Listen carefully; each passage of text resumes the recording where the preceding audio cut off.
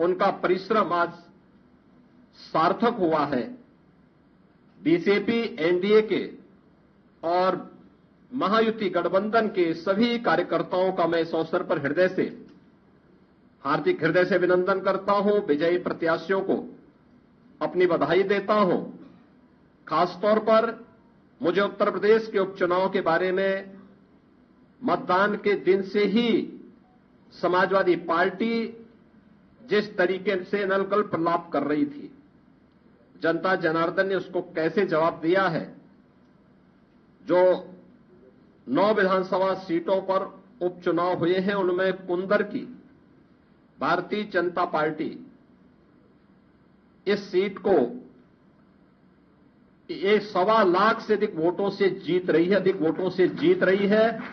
और मुझे ये बताते हुए प्रसन्नता है कि समाजवादी पार्टी के प्रत्याशी की यहां जमानत जब्त होने वाली है। गाजियाबाद सीट भारतीय जनता पार्टी का प्रत्याशी लगभग 70,000 वोटों से जीत रहे हैं। फूलपुर में भारतीय जनता पार्टी का प्रत्याशी 11,000 से अधिक वोटों से विजयी हुए हैं। खैर में भारतीय जनता पार्टी का प्रत्याशी 38,393 वोटों से विजयी घोषित हुए हैं। कटहरी में भारतीय जनता पार्टी के श्री धर्मराज निषाद 33,700 से अधिक वोटों से विजयी हुए हैं।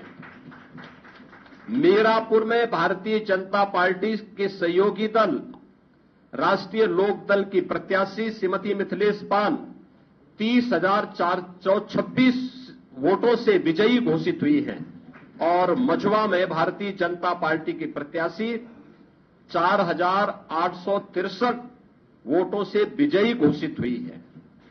ये कुल जो भारतीय जनता पार्टी और सहयोगी दलों के प्रत्याशी विजयी हुए हैं, ये उनके आंकड़े आपके सामने में दे रहा था। और समाजवादी पार्टी का प्रदर्शन का आकलन आप कर सकते हैं।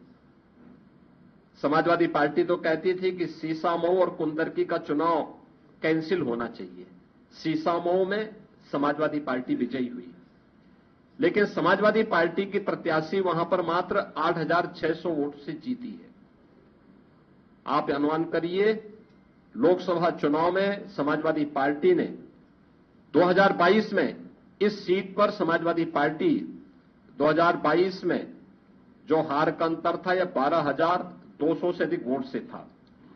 और यह इस बार केवल 8,000 वोटों तक सीमित रह गई। करहल 2022 में समाजवादी पार्टी का प्रत्याशी वहां 67,500 से अधिक वोटों से विजयी हुए थे। और इस बार यह अंतर मात्र 14,000 का रह गया है। यानी जो केशव जी ने कहा है कि अगली बार वहां भी कमल खिलेगा, ये इस ओर हम सबको बहुत स्पष्ट कर देता है। और मुझे बताते हुए प्रसन्नता है कि जो ये पूरा चुनाव हुआ है, भारतीय जनता पार्टी गठबंधन ने इस पूरे चुनाव में 52% से अधिक वोट प्राप्त किए हैं। यानी 50+ वोट पर बीजेपी प्रदेश में इस पूरे उपचुनाव को प्रदेश भर में जीती है। ऐसे ही महायुति गठबंधन ने महाराष्ट्र के अंदर भारतीय जनता पार्टी 288 में से भारतीय जनता पार्टी 131-32 सीटों पर भारतीय जनता पार्टी आगे लीड कर रही है। शिवसेना शिंदे गुट 55 सीटों पर और एनसीपी अजीत पवार गुट 40 सीटों पर, यानी कुल 226 सीटों पर अकेले भारतीय जनता पार्टी महायुति गठबंधन विजयी हो रहा है।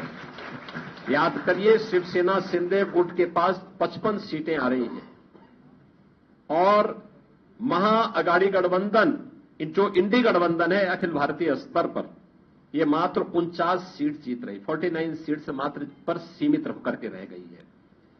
यानी देश की जनता नकारात्मक राजनीति को, बांटने वाली राजनीति को पूरी तरह खारिज कर चुकी है। और इसीलिए हम कह रहे हैं कि बटेंगे तो कटेंगे, एक रहेंगे तो सेफ रहेंगे।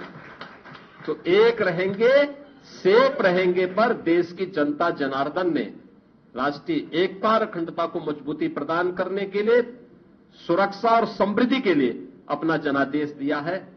मैं आप सबका एक बार फिर से अभिनंदन करता हूं। भारतीय जनता पार्टी के उन लाखों कार्यकर्ताओं का हृदय से उन्हें बधाई देता हूं और विजयी प्रत्याशियों को भी अपनी बधाई देता हूं। बहुत बहुत धन्यवाद।